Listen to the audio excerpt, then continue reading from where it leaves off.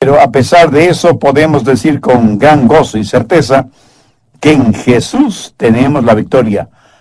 Por lo tanto, no hay necesidad de que un creyente nazca llorando, viva quejándose y muera desilusionado. El cristiano debe ser una persona victoriosa, pero con todo y eso, los cristianos también sufrimos aflicciones. Note lo que dice Santiago 5:10. Hermanos míos, tomad como ejemplo de aflicción y paciencia a los profetas que hablaron en nombre del Señor. Es evidente que los profetas sufrieron aflicciones. Verso 11. Y aquí tenemos por bienaventurados a los que sufren. Habéis oído de la paciencia de Job. Usted bien sabe la historia de Job. Él tuvo aflicciones materiales, físicas, emocionales y corporales. Los problemas de Job fueron proverbiales. Así que el asunto de salud es un asunto complicado. Al respecto, veamos algunos puntos importantes. Primero, la causa de la enfermedad. ¿Por qué la gente se enferma? Las causas son muchas y variadas. Algunas personas se enferman debido a su pecado. De hecho, seguramente nos sorprenderíamos al saber cuántas enfermedades físicas son el resultado del pecado. Busque 1 de Juan 5:16. Si alguno viere a su hermano cometer pecado que no sea de muerte, pedirá, y Dios le dará la vida. Hay un pecado que es de muerte. Ahora, sin adentrarnos en todas las ramificaciones teológicas de este versículo, sencillamente quiero que note que algunas personas mueren debido a su pecado. Y Juan aquí no está hablando de muerte espiritual, sino de muerte física. Busque 1 Corintios 11:30. Por lo cual hay muchos enfermos y debilitados entre vosotros, y muchos duermen. Cuando Pablo dice duermen, pues no se refiere a la acción de dormir, sino al hecho de estar muerto. ¿Pero qué quiso decir con eso? Que debido a sus pecados se enfermaron. En otras palabras, muy frecuentemente, nuestra enfermedad es el resultado directo de nuestro pecado. Dios ni siquiera tiene que juzgarnos porque nuestro propio pecado nos juzga. Por ejemplo, los alcohólicos se intoxican con lo que beben. ¿Sabe usted lo que es un tóxico? Pues es un veneno. Y si una persona está intoxicada, quiere decir que se ha envenenado ella misma. Esa es la razón por la que muchas personas, cuando se intoxican con licores, vomitan. Tal pareciera que sus estómagos tienen más sentido común que sus cabezas. Sus estómagos reaccionan frente al veneno y tratan de rechazarlo, y sin embargo el alcohólico sigue bebiendo. ¡Qué necedad!, ¿no le parece? Un borracho se envenena a sí mismo y afecta negativamente a todo su cuerpo. Se le enrojecen los ojos, tiene mal aliento, pierde el sentido de equilibrio y dirección, puede dormir su borrachera sobre basura y no darse cuenta de ello. Personalmente yo no me explico cómo nadie puede defender ese vicio y decir que mientras se beba responsablemente, todo está bien. En la actualidad se dice que el alcoholismo es una enfermedad. No es extraño que mientras se está buscando la causa de muchas enfermedades para combatirlas y erradicarlas, en cambio se hace una impresionante propaganda para que la gente beba más. Entonces, como dicen, si el alcoholismo es una enfermedad, ¿por qué hacen tanta propaganda para que nos enfermemos? En otras palabras, sabemos la causa de esa enfermedad y se sigue haciendo propaganda, no para erradicar la causa, sino para comercializarla. Somos personas realmente extrañas, sin necesidad de ser extraterrestres.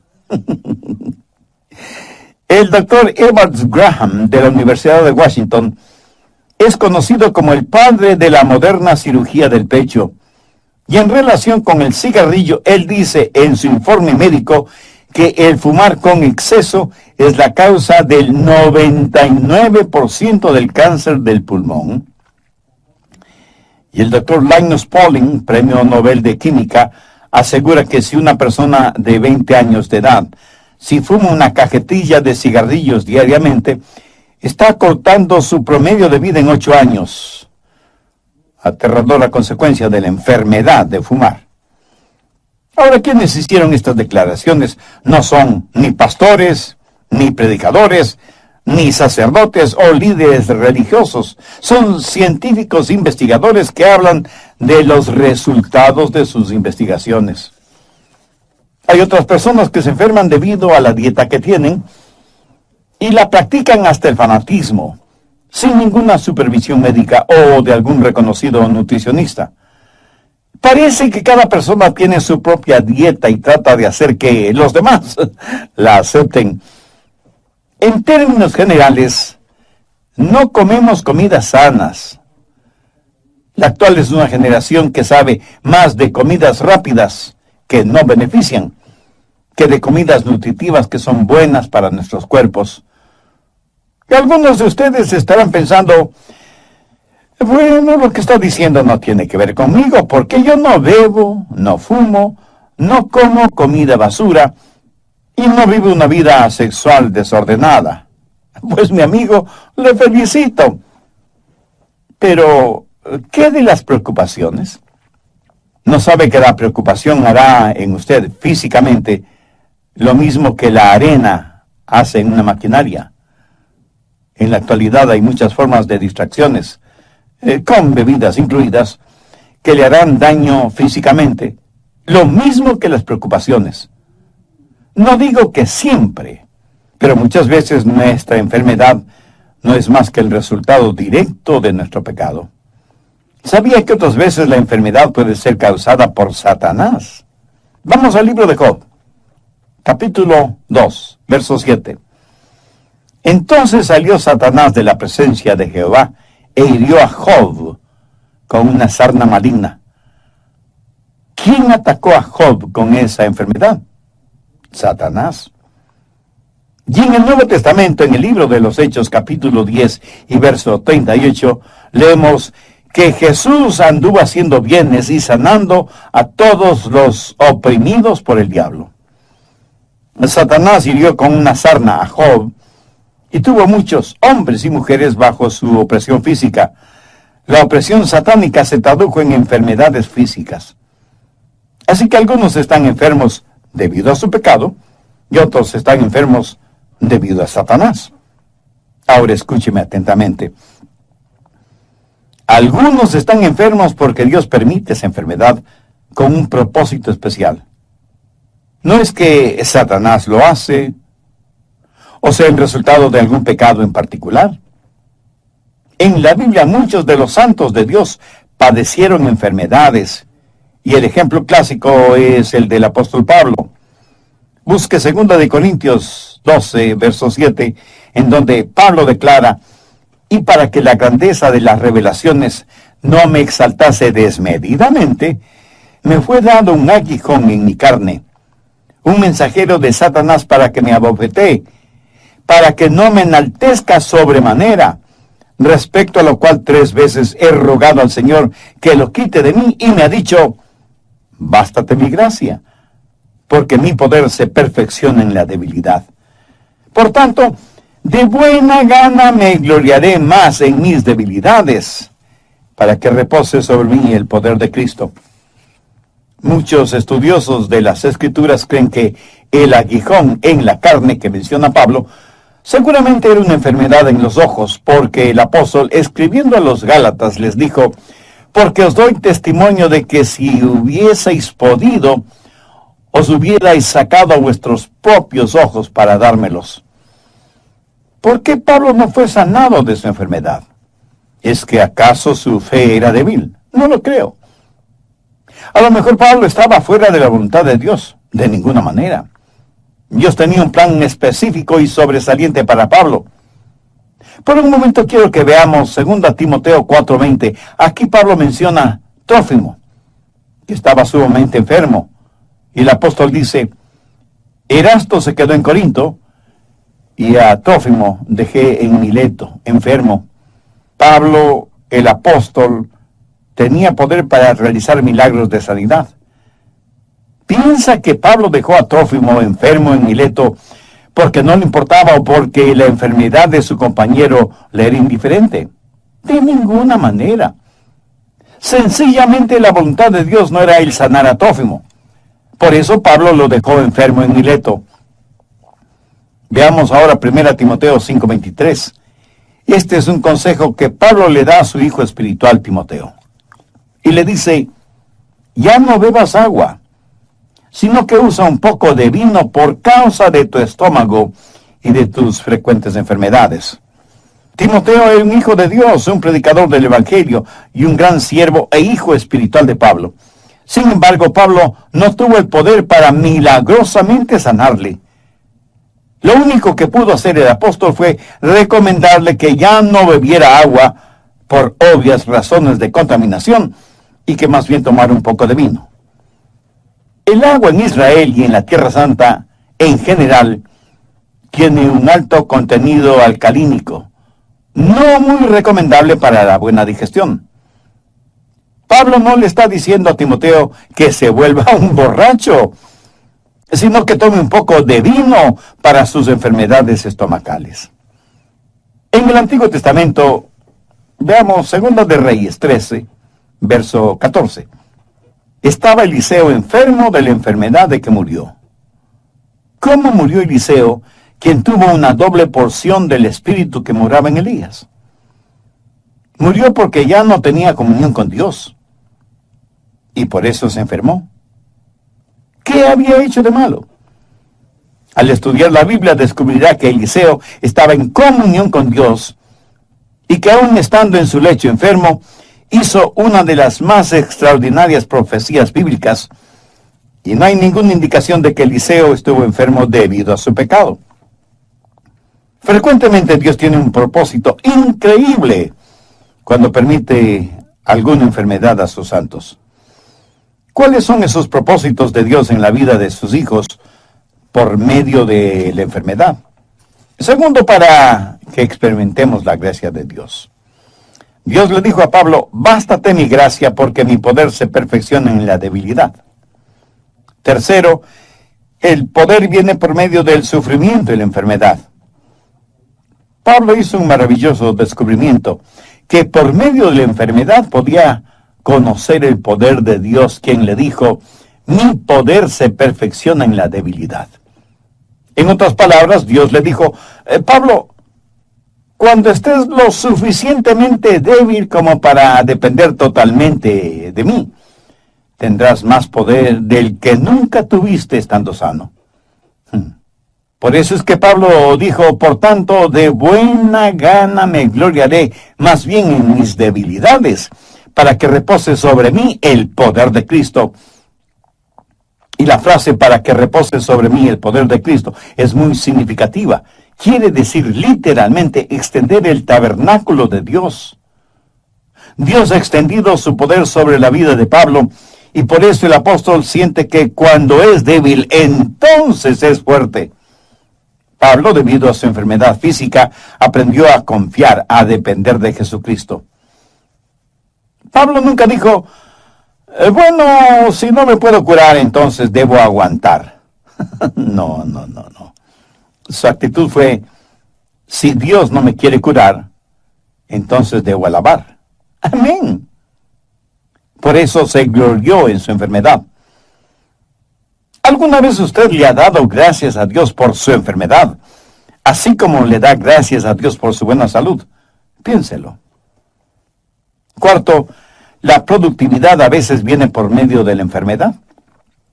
¿Cuán grandemente ha sido bendecido el mundo por creyentes enfermos? Y aunque no sea difícil el comprenderlo, Dios puede usar nuestro sufrimiento para bendecir a otras personas. Veamos 2 Corintios 1:6. Pero si somos atribulados, es para vuestra consolación y salvación. ¿No es eso maravilloso? Pablo está diciendo, Mi aflicción es su consolación. Mi sufrimiento es su salvación. El resto del verso 6 dice, la cual se opera en el sufrir las mismas aflicciones que nosotros también padecemos. Recuerda que a Pablo Dios le dijo lo mucho que debía sufrir por amor de su nombre. La productividad a veces viene por medio de la enfermedad. Busque Juan 15, verso 2. Todo pámpano que en mí no lleva fruto lo quitaré, y todo aquel que lleva fruto lo limpiaré, para que lleve más fruto. Aquí la palabra limpiar significa podar. Cortar aquello que podía ser un estorbo en el crecimiento y desarrollo de los racimos. Y aunque es una operación dolorosa, es necesaria. ¿Necesita usted esa operación espiritual? No sabe por qué tiene la enfermedad que tiene. Pero aún mucho más importante que esto es, ¿cuál es su relación con Dios? ¿Quién es y qué representa Cristo en su vida? Si usted tiene dudas respondiendo esas preguntas, entonces usted necesita hacer una decisión espiritual ahora mismo. Un hombre estaba visitando un huerto de manzanas y vio un árbol tan cargado de manzanas que las ramas tenían que ser apuntaladas, y le preguntó al cuidador de la huerta acerca de la productividad de ese árbol. Y el hombre le contestó, Señor, usted no lo va a creer, pero este era uno de los árboles menos productivos en la huerta, por lo que tuve que tomar medidas drásticas. Con un hacha hice una profunda incisión en el tronco del árbol, y desde entonces este árbol ha dado más manzanas que ningún otro árbol del huerto. Aprendí que cuando un árbol no tiene más que ramas y hojas, pero no da ningún fruto, la herida que le hice en el tronco sirvió para despertar a este árbol, para que diera fruto. Interesante, ¿no le parece? Quinto, la pureza llega por medio del sufrimiento y la enfermedad. Veamos 1 de Pedro 5:10. Mas el Dios de toda gracia, que nos llamó a su gloria eterna en Jesucristo, después que hayáis padecido un poco tiempo, Él mismo os perfeccione, afirme, fortalezca y establezca. ¿Alguna vez ha pensado que a lo mejor sus sufrimientos son para su perfección, para su fortalecimiento, para su crecimiento espiritual? Por eso es que Pedro está diciendo lo que dijo. Mire lo que Job dijo, mas él conoce mi camino, me probará y saldré como oro. En otras palabras, Job dijo, este sufrimiento es como un crisol, en donde serán quemadas todas las impurezas. Y en el Salmo 119:67, David dijo, antes que fuera yo humillado, descarriado andaba, mas ahora guardo tu palabra. 1 de Corintios 1, verso 27. Sino que lo necio del mundo escogió Dios para avergonzar a los sabios, y lo débil del mundo escogió Dios para avergonzar a lo fuerte. De paso, permítame decir que la palabra débil en este contexto no quiere decir débil de carácter o sin fuerza física. Más bien significa estar enfermo. ¿Por qué Dios escoge a la gente enferma? La respuesta está en el verso 29. A fin de que nadie se jacte en su presencia. Ahora, ¿cuál es el propósito de todo esto? Verso 31. Para que, como está escrito, el que se gloríe en el Señor. ¿Cómo es que nuestra muerte puede traer gloria a Dios? Vayamos al Evangelio de Juan, capítulo 21, verso 19. Esto dijo dando a entender con qué muerte había de glorificar a Dios. Dios, por así decirlo, cierra la boca del diablo. El apóstol Santiago usa el ejemplo de Job. La acusación del diablo contra Job era que Job no amaba a Dios.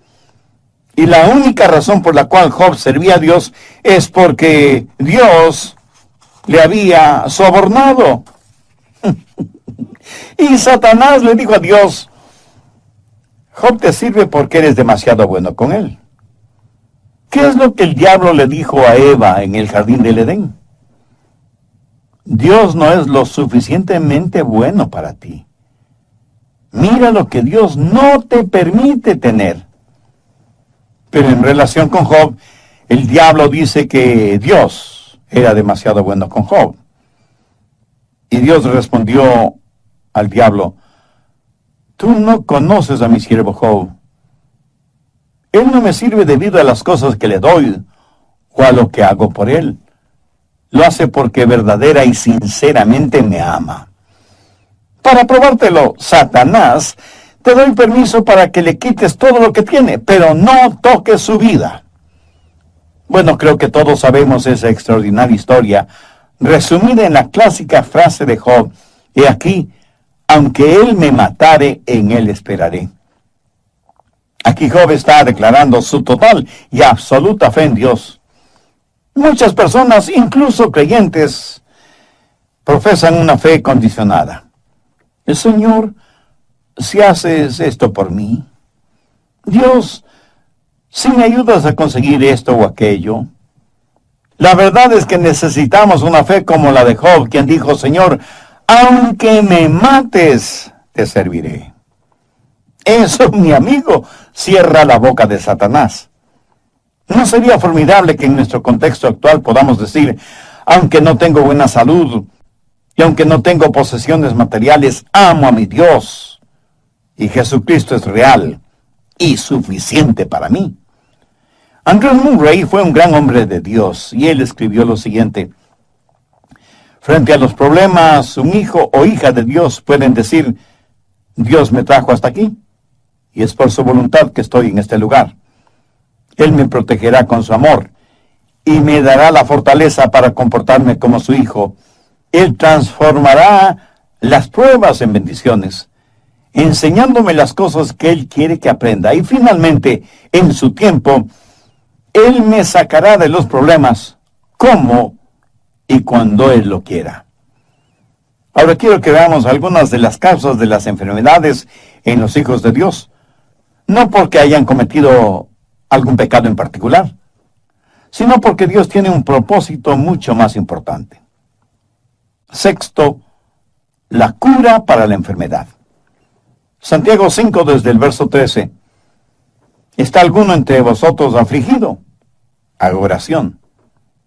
¿Está alguno alegre? Cante alabanza. ¿Está alguno enfermo entre vosotros? Llame a los ancianos de la iglesia y oren por él, ungiéndole con aceite en el nombre del Señor. Y la oración de fe salvará al enfermo, y el Señor lo levantará, y si hubiere cometido pecados, le serán perdonados. Aquí la palabra enfermo significa no tener ninguna fortaleza física, pero tampoco se refiere a un simple dolor de cabeza o a que le duele algún diente de la dentadura postiza.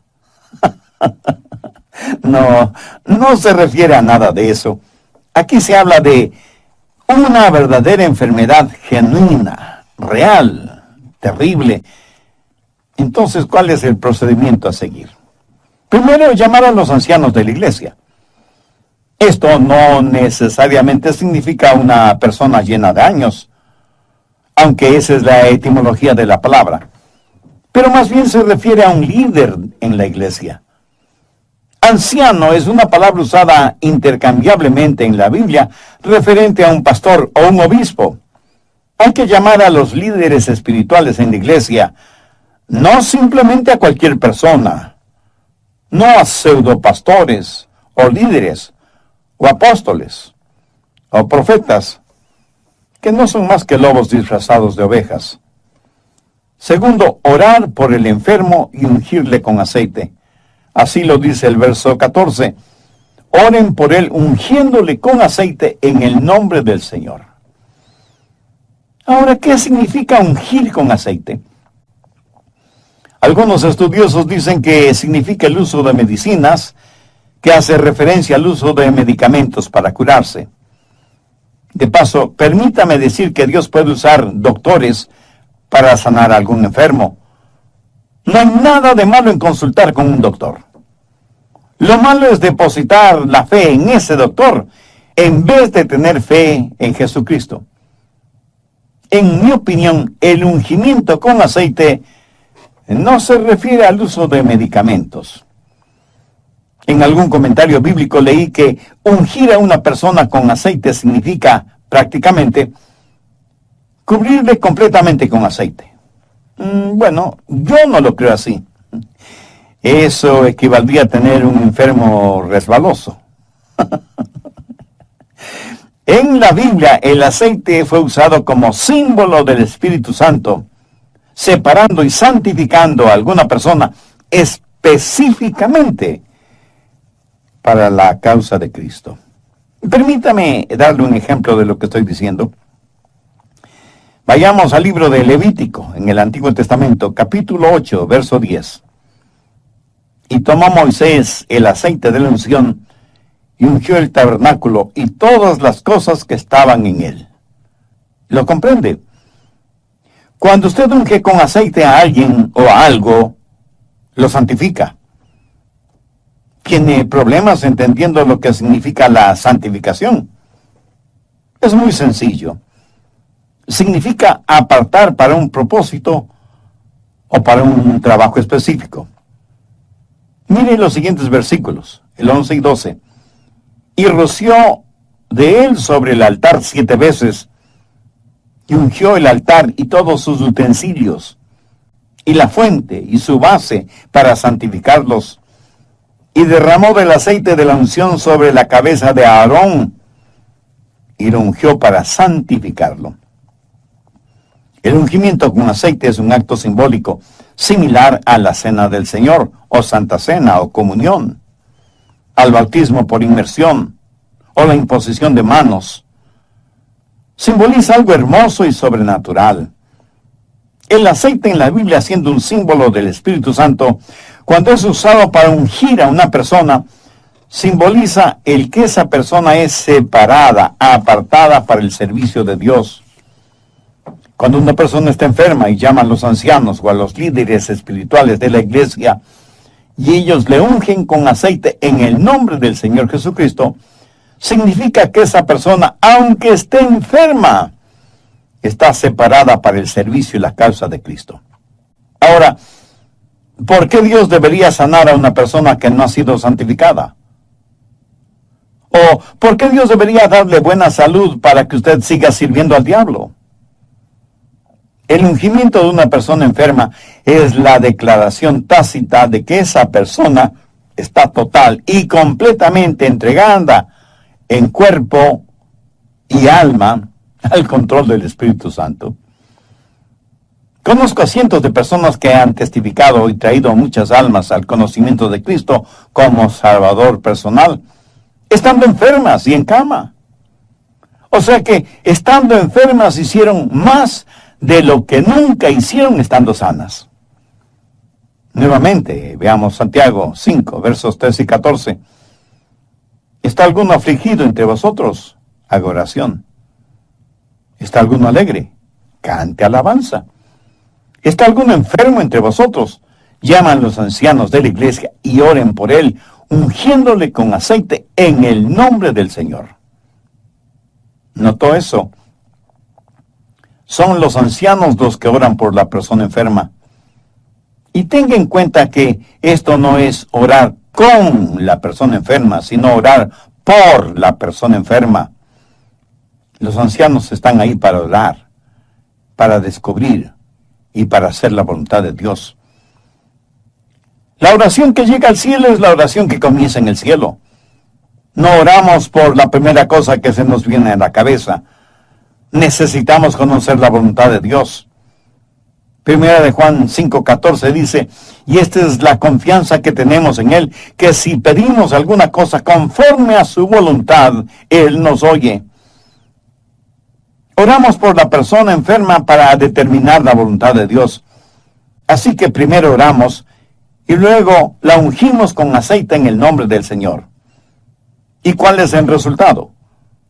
La oración de fe salvará al enfermo. Si la voluntad de Dios es sanar a ese enfermo, Dios nos dará a nosotros la fe para orar. Ahora escúcheme atentamente, porque hay muchas personas que asisten a esas fuertemente hipnotizantes y emocionantes reuniones de sanación y milagros. Yo creo que la parte más ardiente del infierno está reservada para esos charlatanes y fraudulentos mercenarios espirituales que van por todo el mundo esquilmando a los ingenuos, diciéndoles que el poder de Dios está en ellos para sanar enfermos, cuando no son más que desvergonzados vividores que se aprovechan de la credulidad de los tontos útiles. Esos pseudoapóstoles, pastores, profetas, ministros o como se autodenominen, son una verdadera abominación a los ojos de Dios. Pero esto no invalida el poder de Dios para sanar. Yo creo en la sanidad milagrosa y sobrenatural. Yo creo que Dios me ha sanado de muchas enfermedades para que crea en su sanidad. Pero recuerde que cada cosa que Dios hace, Satanás la falsifica.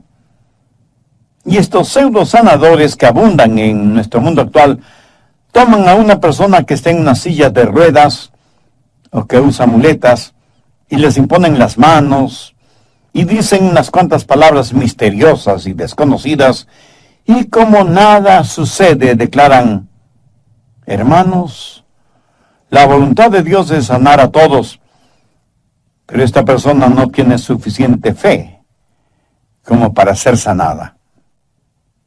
Ahora piense conmigo por un momento. ¿Puede imaginarse lo que hará eso en una persona que no entiende la Biblia? ¿Se da cuenta del tremendo daño que hacen al ego espiritual de esa persona? No creo que haya nada más abominable que eso. Si usted estudia detenidamente este pasaje de Santiago, descubrirá que no es la fe del enfermo de la que se está hablando, sino de la oración de fe de quienes oran por él. Y en vez de decirle al enfermo, no tienes suficiente fe para ser sanado, deberían decir, yo no tengo la suficiente fe para orar por ti. ¿Qué es lo que dice la Biblia? La oración de fe salvará al enfermo. Pero no se refiere a la oración del enfermo, sino a la oración de los líderes espirituales, de los ancianos, por el enfermo. Cuando una persona ha sido ungida y santificada, esa persona ha sido apartada para el servicio de Dios. Y cuando se ora con fe buscando la voluntad de Dios, el Santo Espíritu de Dios honrará esa oración de fe. Esto lo sé porque lo he visto suceder. He visto cómo Dios ha sanado en forma milagrosa e instantánea, en respuesta a la oración de fe. Yo no tengo el don de sanidad. No lo tengo ni lo busco, porque ese no es mi llamado. Pero esto no quiere decir que no ore por los enfermos. Y he visto cómo Dios ha sanado, no a todos, pero a muchos de ellos. Y he dado la honra y la gloria a Dios, que es el único que puede sanar enfermos, si esa es su voluntad. Si no lo es, no hay ningún hombre o mujer sobre esta tierra que pueda sanar a ningún enfermo, aunque diga que lo hace en el nombre de Jesús. Al respecto, busque Mateo 7, versos 22 y 23. Muchos me dirán en aquel día, Señor, Señor, ¿no profetizamos en tu nombre? Y en tu nombre echamos fuera demonios. Y en tu nombre hicimos muchos milagros. Y entonces les declararé, nunca os conocí.